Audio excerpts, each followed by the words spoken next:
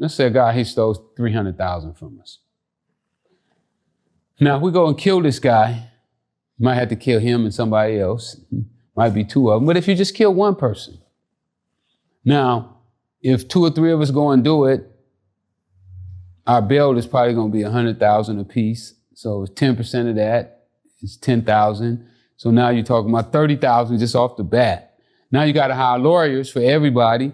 Lawyers going to be 50,000 apiece and up. You know, my lawyer probably would have been 100 grand because they're going to want more because you're Rick Ross, you know, automatically. Oh, you know, the prosecutors they really want you. And so we're going to need extra money. So now you're talking about just in attorney fees, bail, you're talking about somewhere around $200,000 or $300,000, maybe $400,000, and that ain't even to go to trial. You know, then you're gonna need investigators. So when you add it up, you're not gonna get that money back by killing them. You're definitely not gonna get it back, and it's gonna cost you more money. So I used to look at it like, well, maybe one day he might wake up and say, you know what, man, Rick really treated me right. Out of all the people in the world that I messed over, the one guy that I really hate I messed over was Rick.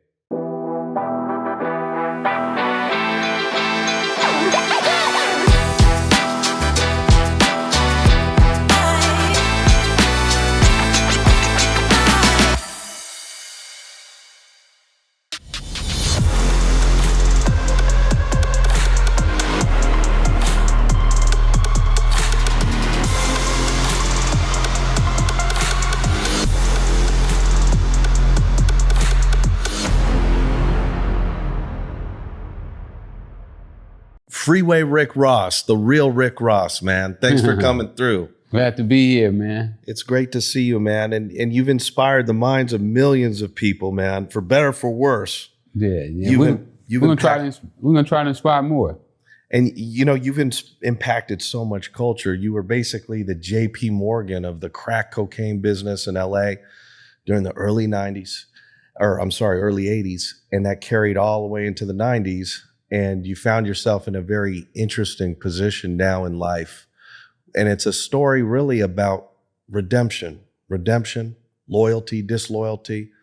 And America is obsessed with the bad guy, right? And also— Oh, no question. Absolutely. I totally agree. People would be surprised at how many people come up to me in the airports and just on the street and be like, oh man, I saw your documentary on Netflix. Can I get a picture? I love your story. I love what you went through and I love how you handle it. I mean, you know, we as Americans, we're forgiving people, even though sometimes our politicians may not translate the feelings of Americans all the time in the actions that they do nationally and internationally, but for the most part, Americans in general have big hearts and right. we love people. We also, Americans love a comeback story. And, absolutely. And you're the epitome of Cinderella. Yeah, the Cinderella story. They love the Cinderella story. And I knew that too. When I was in jail, you know, we were talking about the article that Jesse Katz did in LA Magazine earlier. And I saw how enormous my story could be if I was able to come back, right. You know, and that's why I worked so hard at coming back. And that's why I work hard right now, because I understand that I could have one of the all-time comeback stories in American history. I mean, bigger than any Michael Jordan comeback, bigger than— Without a doubt. Anybody. I mean, I don't know anybody whose story could be any bigger than what mine could actually be. I mean, Rick, you built your empire from the ground up, albeit it was, you know, crack cocaine and distribution of drugs, but that was all you were a victim of your own circumstances. Had you had someone in the IT world, you would have been selling, you know, Facebook or Google, but you had crack cocaine and that was what was available to you at the time. And you made a way really out of no way. And you started to really start clipping some major revenue. What happens is with everything, it all starts with a desire, this desire. And what happened to me is when I was around 14 or 15, I go to the theater with one of my older cousins and he takes me to see this movie called Superfly. And I didn't really understand then what leaving an impressionable mark on somebody means. Had never heard of that word. It was only later when I was in prison with a life sentence and I started to go back over my life, and now I'm reading books and I'm analyzing myself, I'm analyzing my life, I'm analyzing the whole world, that I looked and I saw that this movie had left a mark on me. This guy in the movie who, see, when I was a kid, I've had to go to black bathrooms and black waiting rooms at hospitals. You're kidding me. There was black and white separation at that time? Yes, I experienced black and white bathrooms and, Wow. and black and white restrooms at waiting rooms at hospitals. I have experienced that myself. So when I saw cocaine for the first time after experiencing this movie, Superfly, and seeing what great power cocaine gave the star Superfly, then I wanted some of that power. I wanted some of that strength. And I felt that cocaine had gave it to him, because that's the way the movie portrayed it, as if he got all of his strength from cocaine. So even though I had no way of acting on my desire to be in the cocaine business, that thought stayed in my mind. So 4 or 5 years later, when my friend introduced me to cocaine for the first time, I jumped on it. Right. Now, it's funny because you had two kind of people that you mentioned to me were inspirational. Superfly, the cocaine, the hose, the whole lifestyle. And then Arthur Ashe, the athlete, the tennis player. Why didn't you, as a tennis player, lean more to the Arthur Ashe role model as opposed to the Superfly role model? Well, I did. I stayed with the Arthur Ashe role model until I was 18 years old, and it was discovered that I couldn't read or write. So I wasn't going to be going to school or to college. Had no sponsors, no way of paying my way onto the circuit. And in tennis, you have to have a certain amount of money so that you can stay out there in order to learn the ropes, to catch on to what everybody else is doing. And if you can't, then you will never catch on. So I didn't have the money to go out on the circuit, and I wasn't going to college. So my tennis career had pretty much came to an end. But Rick, hold up a second. You said you went to the age of 18 without being able to read, meaning you went through kindergarten, middle school, and high school without learning how to read? Yeah, correct. So shame on the LA Unified School District for allowing you to go through the system like that, man. Yeah, I mean, and I sit back and I when I did my analysis on my life, and you try to figure out what happened, where did the system go wrong? Who was at fault for me not being able to read and write? And, I guess a little bit of blame should be put on everybody. My mom included, the school system, myself even, because when I learned how to read, it's because I taught myself how to read. So had I known at a younger age how important reading would be, I'm quite sure that I would have picked it up at a much younger age. But as an all-city tennis player, they kind of, it allowed you to gloss over that illiteracy because you were such a great tennis player. Is that correct? Yeah, my tennis coach would always go to my teachers and get them to give me a passing grade, and my teachers would do it. Mm-hmm. So tennis definitely helped me get to high school. Is it true Serena and Venus's dad was involved in your tennis game? No, it's a different Richard Williams. It's two Richard Williams. One teaches over at Rancho Cienega, and Venus and Serena dad, he used to be in Compton. The thing that, as you progress through your kind of your drug slanging career, you started to realize that the money was so good and you were able to diversify out of some of that dirty money, and you were buying hotels or motels. Yeah. Tell us a little bit about your game plan as you tried to diversify and wash this money. What were you thinking? Well, you know, when I went into the cocaine business, and I like I told you earlier, that my whole motto was based off of Superfly. And you know, if you ever saw the movie Superfly, he Sure. got out. He got out at the end. He was able to get out with his money and everything intact. And that was my plan. The difference in my plan is that I felt that I could create businesses that would eventually pick up the slack where I would still be able to make money constantly and able to take care of myself differently than what Superfly did. And Right. that was supposed to be my way out. But when I went in the drug business, I went in with the intention of getting out. I didn't go in to make drugs my career. I'll say I got really good at it. It got really easy. And you know, with selling drugs, you know, I tell people it's just as addictive as using. You know, you can get hooked on selling just as fast as you can on using drugs. So It's you know, fast money. It must taste good in the beginning. Yeah, I got wound up, you know, in the whole game. You know, you get so wound up that it don't become about the money. You know, when I first started, it was about, you know, we didn't have food in the house. You know, we don't have, you know, broken windows and, you know, rats and roaches running through the house, and you want to clean up your situation. But after a while, it gets to where it's not about the money no more.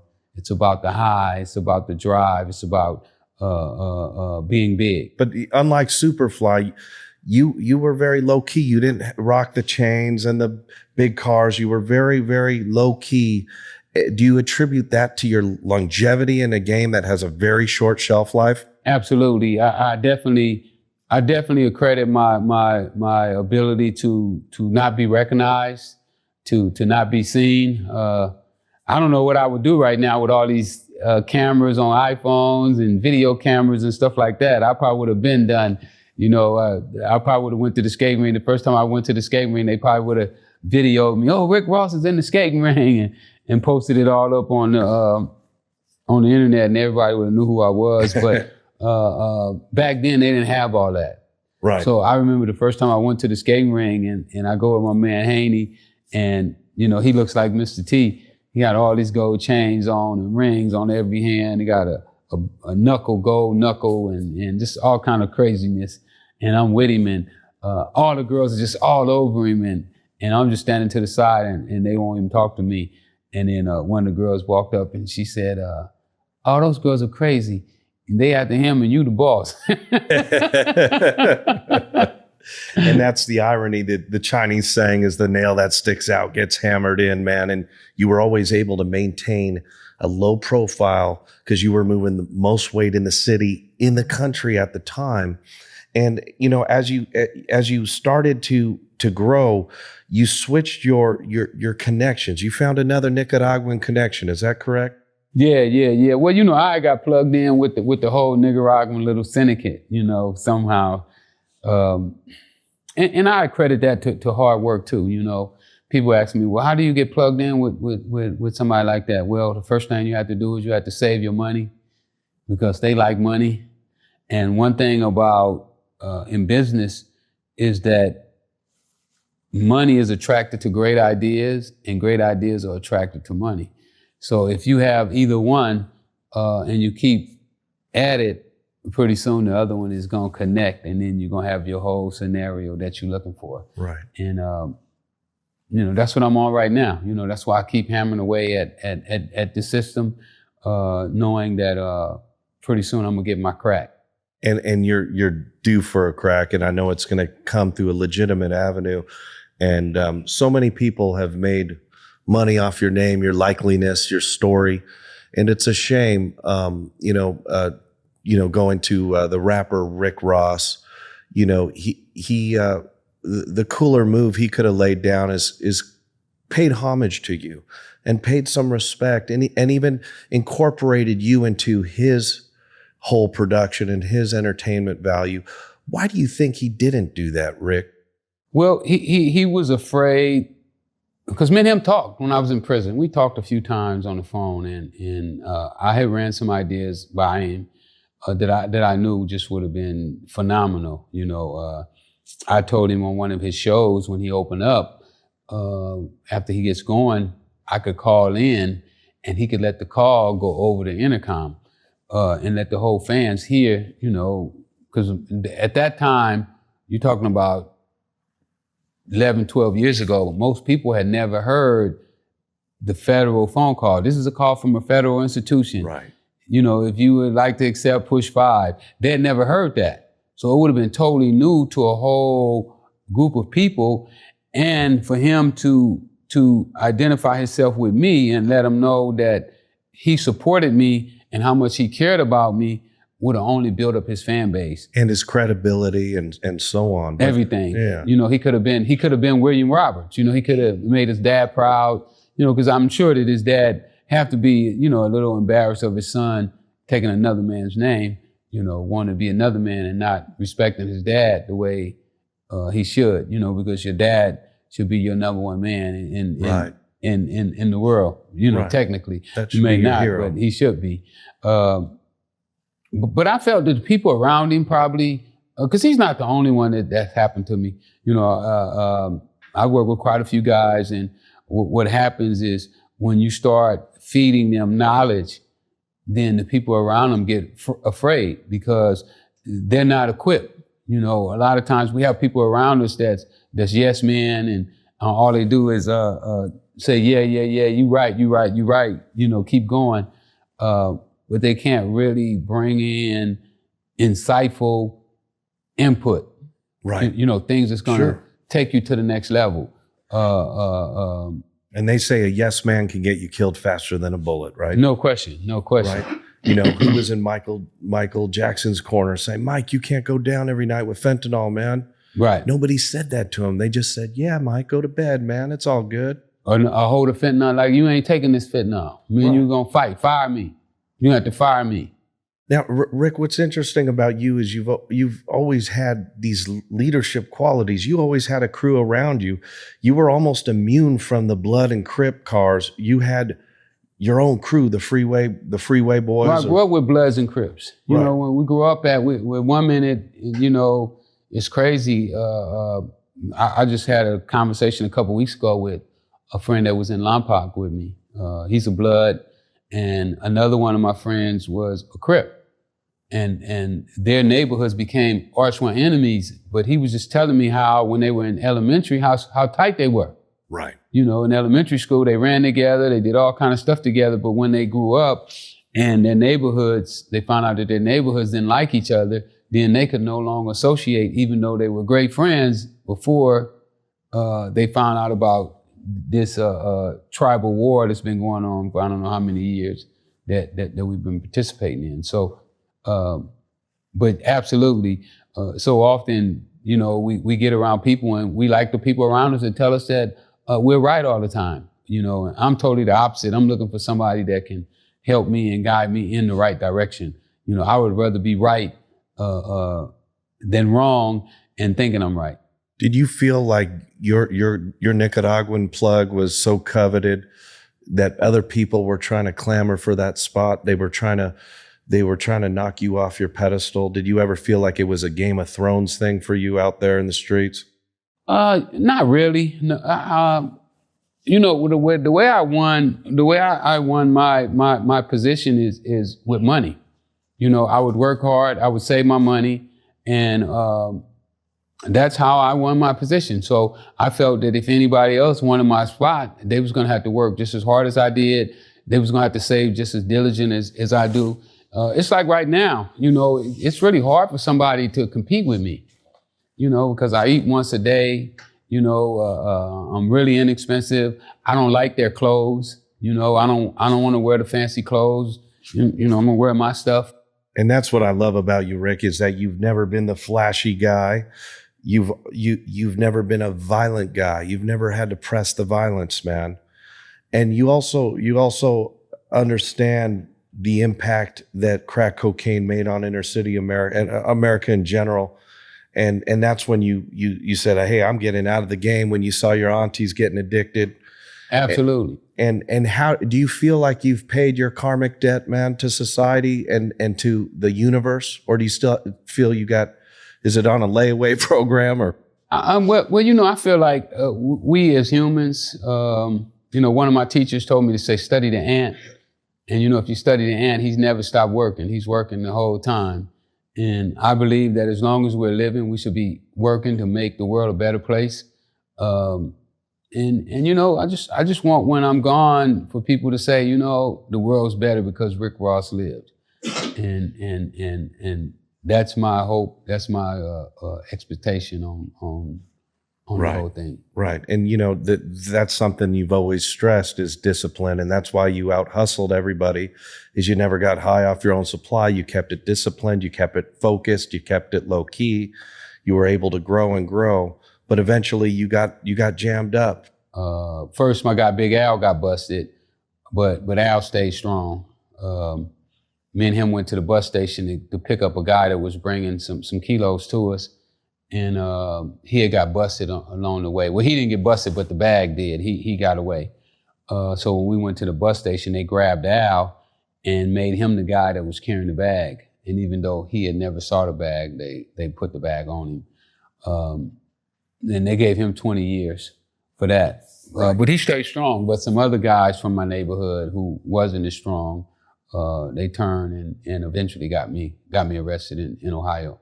They got you, and now you're on the feds' radar, right? You're I'm wanted. Yeah. and they the LAPD eventually formed its own task force to go after you on round 2. Is that correct? Yeah. They already had the Fed. I mean, the LA had their task force before the feds eventually got the indictment. I had drugs planted on me. The police planted drugs on me. The LAPD and sheriffs, Steve Pollock, Robert Sobo, those guys planted drugs on me. Matter of fact, you can see, what's the name? He talks about it in a documentary. It's well documented. But I don't think he went in as much detail as he could have. It's much more to their story than he was being real modest. Right. Those guys were brutal. I'm talking about scars in the head, flashlight therapy.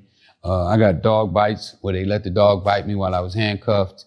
They did some treacherous stuff. It was people who were talking about they took extension cords that were split and took the shocker and put to them. Just all kind of crazy stuff. Crazy stuff. Now, you always on the second round when they got you, Danilo Blandon is a Nicaraguan gentleman who's been tied to this whole CIA cocaine Contra scandal. He basically set you up in an entrapment moment. Totally set me up. I mean, what they did basically, and I tried to use that as a defense. It would almost be like, can you imagine if you had a brother or sister or your mom or your girlfriend is on drugs, and then you take drugs and you dangle it in front of them and be like, come get it, come, you want it, you can get it. Well, that's pretty much what they did with me. Even though I'm a seller, what they dangled the opportunity of making a lot of money in front of me. And eventually I succumbed to the office. It took 6 months though. They did that for 6 months. I was struggling on the streets. I just got out. I had lost all my stuff that I had before, and they gave me an opportunity to get back. And I succumbed to their temptation. And it's got to be the sickest thing to do. It's just they dangled that carrot in front of you. You bit down on it, and you got a life sentence off that. I mean, you're not even supposed to be sitting in front of me today. How did you beat that life sentence, Rick? Well, when I got to prison, I got mad. And I was saying, so they set you up. So now you're going to let this guy have his way with you? You're just going to lay here and take it?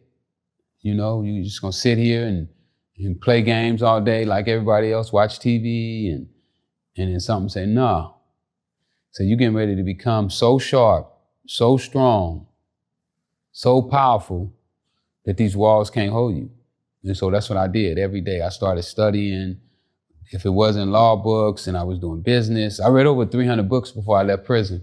So, when people see me, they see me having success and they'll, and it's so, to me, it's so like disrespectful when people come up and they'll tell me, oh, well, you just do this because your name is Rick Ross. And I'll be like, you fool. You don't see all the work I do. You don't see my dedication. You don't see my smarts. You underestimate me like that to just say, just because my name is Rick Ross, that I'm having the kind of success that I'm having. You don't see the hours that I put in the law library, the books that I read. How did you learn to read, Rick? No one was there to show you.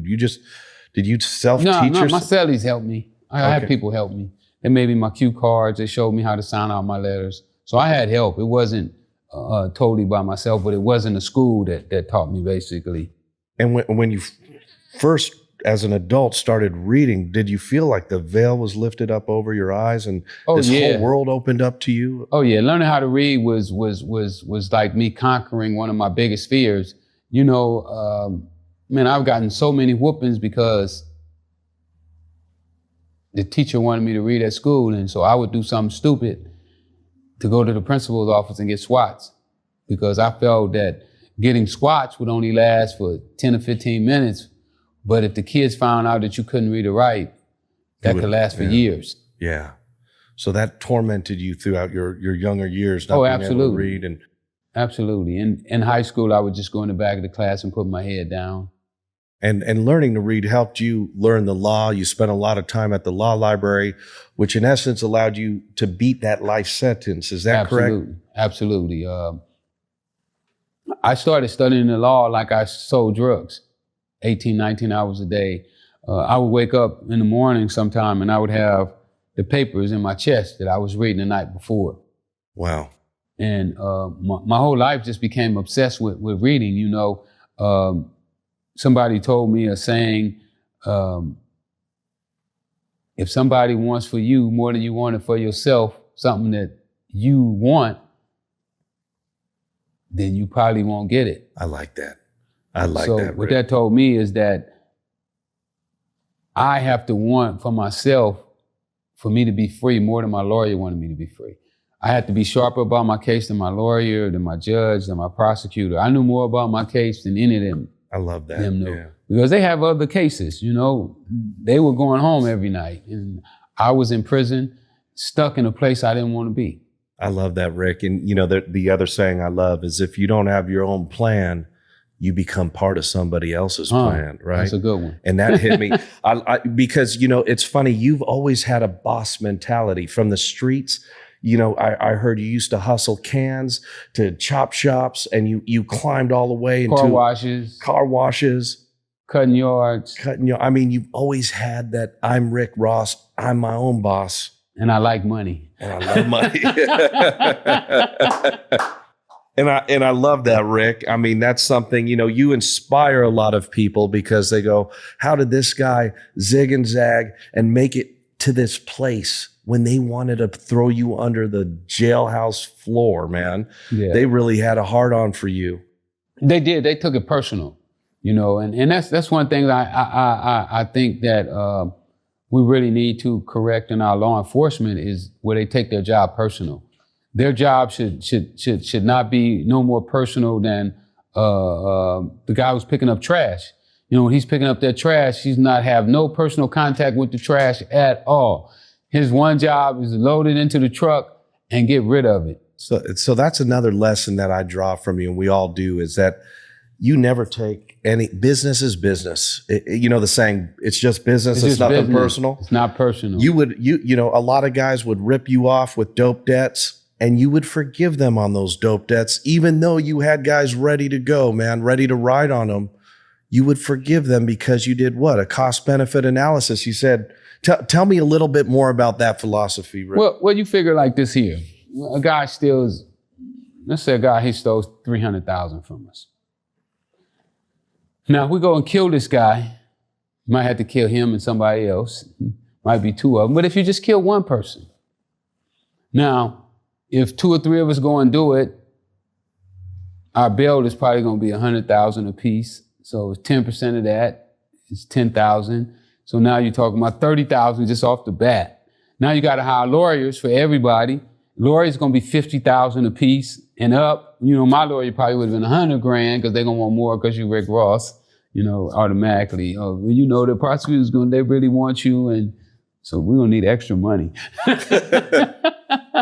So now you're talking about just in attorney fees, bail, you're talking about somewhere around $200,000 or $300,000, maybe $400,000. And that ain't even to go to trial. You know, then you're gonna need investigators. So when you add it up, you're not gonna get that money back by killing them. You're definitely not gonna get it back. And it's gonna cost you more money. So I used to look at it like, well, maybe one day he might wake up and say, you know what, man, Rick really treated me right. Right. Out of all the people in the world that I messed over, the one guy that I really hate I messed over was Rick. And that's a really interesting philosophy. It carries into psychology and also into business. You know, Jesus Christ said, turn the other cheek. You know, Buddha, you know, promoted a life of peace and love. And you have that same philosophy. Your peace and love. You burned me. I know you burnt me. But you were able to maintain that, and that carried you on throughout your life. And absolutely. And right now, that's why I get the goodwill that I get now, you know, because I can walk the streets because I know that I didn't do anything to anybody that they should want to kill me for. And you've always kept it real and authentic. Do you think the rapper we know as Rick Ross can go to the hood in Miami right now? Absolutely not. Why he can't even? Huh?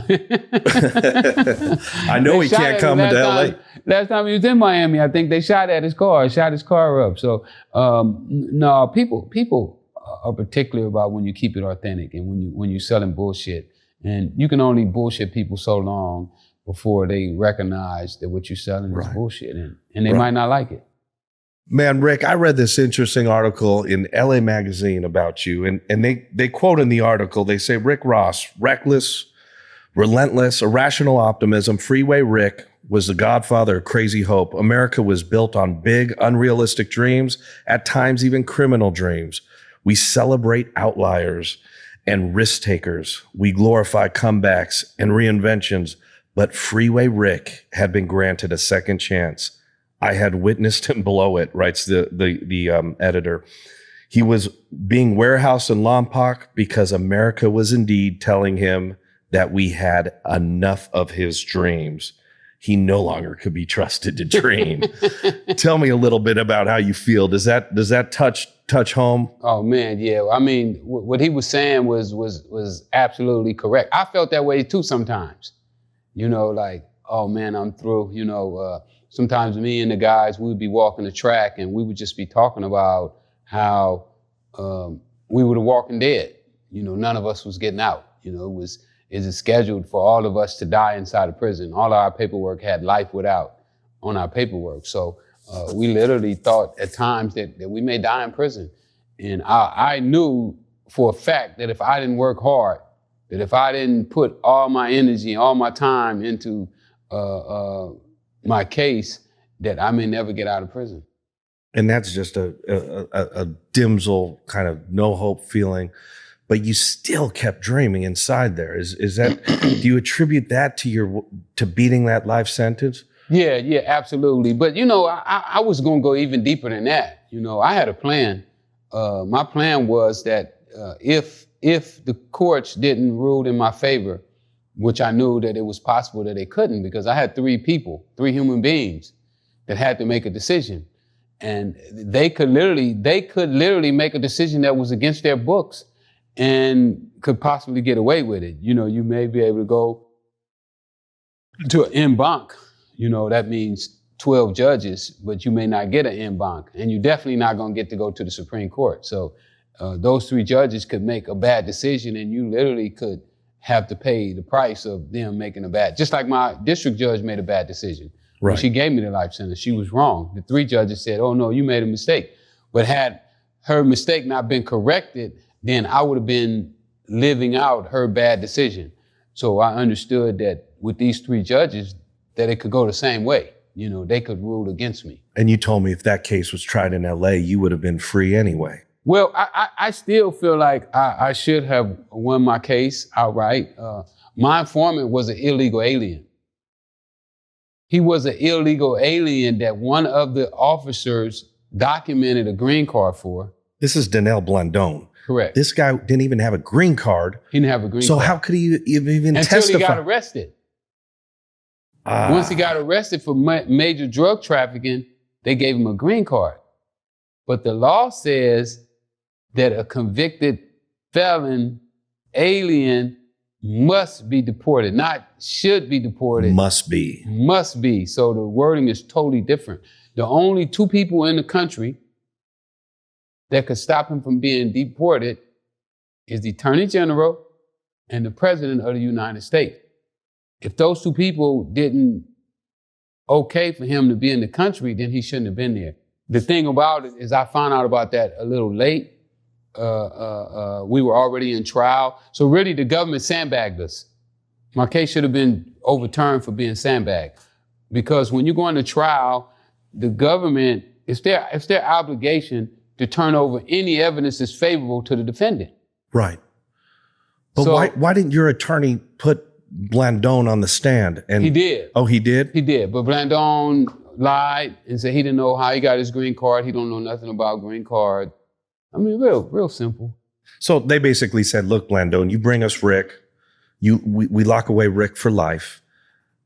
And we make these 10,000 keys we caught you with go away. Right. And we give you a green card. It's a Right. sweet deal for you. You And take you get it money, now. and you get 180,000 cash. You get to go on and live in the United States for the rest of your life, happy ever after. They just wanted Rick Ross. They wanted you. Yeah, they wanted to get rid of me. Wow, man. And you know, that whole story is a book unto itself. That trial is a case study in trials and entrapment and different federal laws. Oh, and absolutely. Absolutely. I believe that it was entrapment to the first degree. I don't think that it's fair. I mean, it's hard enough for people to bounce back after coming out of prison, but it's even worse to know that somebody just gotten out of prison and now you're offering them an opportunity to do the same thing that they did to send them to prison. You know, I mean, how many of our parolees wouldn't violate if somebody came out and intentionally, you're getting $180,000 to get this guy back into what he used to do already, what he loves to do. Something that you put him in prison to break him up from doing, and now, as soon as he gets out of prison, you're offering him the opportunity to do it again. And the whole thing behind Blandone is fishy from the gate. I mean, he's got the CIA interest in him and his compadres. They're all kind of guys that are selling dope into the States, right? Correct. And that money is then going to buy arms For the Contras. to fight the Contras, to fight our agenda down in Nicaragua and Honduras, right? Correct. And so you're kind of like the expendable asset, the guy that's the fall guy in this whole setup. Yeah, well, you know, some people even say that the way Ronald Reagan did with the war on drugs and with cocaine and kind of how they turned a blind eye to what the Nicaraguans was doing was almost like pro facto sanctioning the sale of cocaine. Some people say that anybody that was arrested during that time technically shouldn't have went to jail because the President of the United States had okayed it to be sold into this country. And, you know, it's another sticky situation and talk for another day, but those are some of the topics that I've heard people say things in that fashion. Without a doubt. And, you know, there's a saying from chaos, we can create order. And, you know, some people theorize and it's out there that, you know, the government wanted drugs in the Black community to tear down the community, to divide the community, to create a lot of disjoining in that community so that they can create order out of it, so that they can create a prison system, so that they can create a huge infrastructure that's based around that chaos. What do you think of that, Rick? That was wound up being the effect that was had. And there's never been any reparations or any anything to fix those issues. And kind of what they tried to do something similar to that here in LA for the marijuana. You know, now that they went recreational with marijuana, they started a social equity program. But what wind up happening even with that, I don't know, it just seems like every time that something supposedly to correct some of the wrongs that has happened to the Black community, it winds up being sold out. I guess would be the correct word, where somebody comes in and buys it, pays the money. With the social equity program that they had a couple of days ago, they had the applications come in, and we know that Blacks were targeted 8 times to 1 to whites, 4 times to 1 to Hispanics. Inside of the application process, though, only 4 Blacks got inside of the top 100 for these licenses that they got out, and it definitely doesn't show the ratio for what we were targeted in the war on drugs. So you see a very disproportionate ratio among different races for that social equity program, which was supposed to supply cannabis licenses, right? Right. And that's almost like a lottery ticket now, right? Absolutely. Yeah. The people that was affected by the war on drugs, the program was to give opportunity to people from the community, where now they would take that money and put it back into the community, because so often, people came into the Black community and opened up stores and, swap meets and so forth, and none of that money came back into the hood. It never trickled down. It was always taken out. And with the social equity program, we were hoping that it would have been, for the first time, an opportunity to create generational wealth. But just like all the rest of them, it looked like it's been snapped away from us as well. Do you think the Black community has kept its dollar circulating within itself? No, we've been taught totally the opposite. I mean, this goes back to slavery. I mean, we gotta look back all the way back to slavery. Out of all the people who have come over here, most of the people, and they look at the Black community and they kind of snob their nose at us, because we're not doing as good as we should be doing. And I totally get it. But what most people don't understand is that we're the only people who ever came over here who didn't come over here with a plan.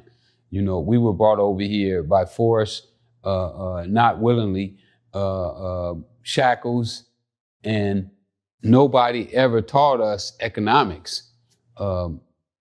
Matter of fact, while I was in prison and I was trying to figure out, this is after I got my life sentence overturned, and I was trying to figure out what could I do when I got out of prison. And what it came to me was that I could teach economics. And that's what I love about you. So you're taking the entrepreneurship you learned hustling in the streets, and you're reversing the script, and you're saying, I'm going to empower my community. I'm going to uplift them.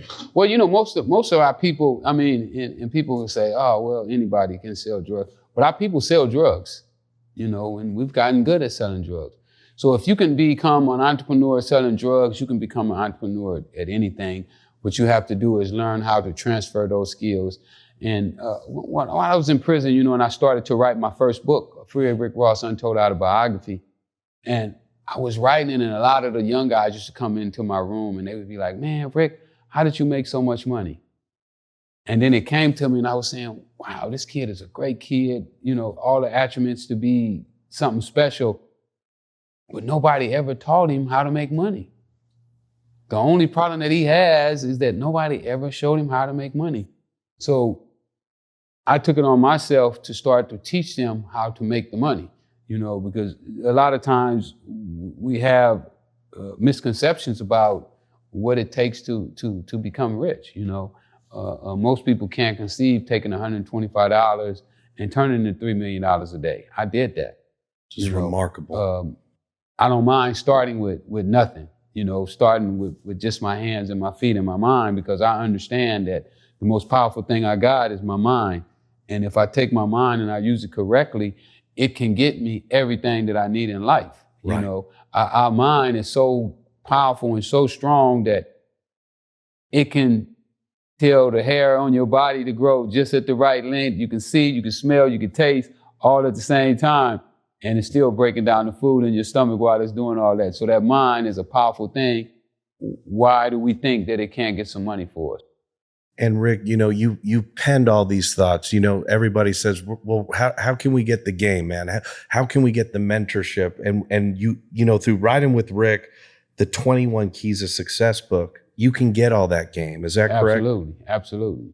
Now, not to make a joke, but the 21 keys, the keys was not a play on words, right? Well, if I told the youngsters right now to come on, let's go sell some cocaine, they pile in the cart. Because they know we finna make some money. They'd be like, oh, well, Rick can sell cocaine. But what I got to get them to know is that I can do all kind of other stuff as well, and they can too. So, but what's funny, Rick, is like you look at all the money you've made. You were clocking $1 million a day. Making like what $300K on net profit, man. You were killing it. And now, if we took all your jail time, all your lawyer fees, all your headaches, all your drama and heartache, and divided that into that number, it would work out to what, $15 an hour, right? It would be like a minimum wage equation, right? So it's like, we know we can't outsmart the cops. We know it has a negative impact in our communities when people are addicted and going down a death spiral, right? So how can we take your discipline learning lessons, your lessons on discipline, your lessons on leadership, and what type of legitimate avenues can we apply those to? Anything. These skills work. This is my clothing line. I'm working with one of the biggest clothes manufacturers in the game. I'm working with boxers. I'm helping J. Rock Williams right now. Middleweight champ, right? Middleweight champ, super middleweight champ of the world. Soon to be light heavyweight. I think we're gonna move up. He's gonna move up a couple weights in a couple more fights once he totally solidifies the belt. And you're doing all his publicity and running his kind of marketing. I like that. I just want to be a helper. Yeah. Whatever I can help with, that's what I'm doing. So we had to get him in here so he can do an interview with. Man, I'd love to have him. And Riding with Rick, the 21 Keys of Success. This book is a gem, guys, and it's really all your game wrapped up in a book. Oh yeah. They really slipping on my books. My book should be selling off the shelves right now, But most people are late to the party, right? And those that came to the party kind of ripped you off. Like, I mean, it's like the early starters, they knew and they was grabbing. They came in, they saw the fires coming, and they saw everybody vacate, so they started grabbing. Man. But they said that he who wants a lot, a lot is given, so a lot will be taken from you. So, and that's a gem. I'm just happy and excited about the way my life is going right now. We're trying to wrap the script up for the movie. We're still working on the TV series. Okay. I got a reality show in the works called Street Bosses. A lot happening, man. Gonna get back into the music. We just all over the place. My cannabis line made us in its first stores. Okay. I got my first billboard up in Sacramento. What is that line called, Rick? LA Kingpin. LA Kingpins. Yeah, okay. So y'all be on the lookout for that. We're gonna have the shatter, the crumble, the vape pens. Well, we got all that already. The flowers coming soon. So are you doing the CBD oil? We're gonna be doing CBD. Okay. We're gonna have a whole line of CBD products, the oil, lotions, soaps, everything. We just getting all our formulations together right now. We got edibles. That's beautiful, man. We just grinding, man. Just trying to make the world a better place, man. So people will be like, man, I'm so glad that guy lived. Yeah, no, it's a great story, Rick. And then I know you do a lot for prison reform, and you've got a heart for your community and prison reform, juvenile halls. I go to schools whenever they allow me, but it's really hard, the way the system is. It's still a lot of people in the system that's got twisted mindsets. Now, see, they'll let the rapper come to the high school and speak and play his music and rap about how much drugs he sold and how many women he done did and how many people he done shot. But then when I get ready to go to the school, they'd be like, oh, he's a real drug dealer. Almost too real for him, huh? But they'll let somebody come there and brag about selling drugs who never did, which I don't know if they don't get the concept that the kids look up to these guys because these guys have all the material things, and the kids don't know that these guys never really sold drugs. The kids think that they sold drugs and parlayed that into a record career, and this is how they got to be so successful. And they try to follow those patterns, and you know, I'm trying to let them know that there's no rainbow at the end of these there's nothing there, man. prison sentence and some handcuffs. Dead end. But you know, Rick, that's a beautiful thing that you've given back. You're dropping the game to the younger guys, and you're telling them to stay out of this way, but apply what you learned. It wasn't all for nothing, because you learned so many great lessons. Oh no, man. my life has been an experiment that I think is going to help thousands and thousands of millions, maybe even millions of other people. You know, I get guys coming up to me all the time, and they was like, man, I love what you said on that interview, and I read those books you told me to read. I read your book, and your book really helped me out. And I keep your book in my pocket. It's like it's a game changer, man. Yeah. So, you know, when you hear that kind of stuff, you be like, oh man, it was worth it. Right. Well, Rick, man, thank you so much for coming through. It's such an honor, and you're such a great man, and I appreciate you. I'm glad to be here, and we'll do it again. We're gonna have some big stuff coming up, you know, movies coming out, and you know, we're gonna win some Grammy Awards and some Oscars, and you know, we'll come back and see you again.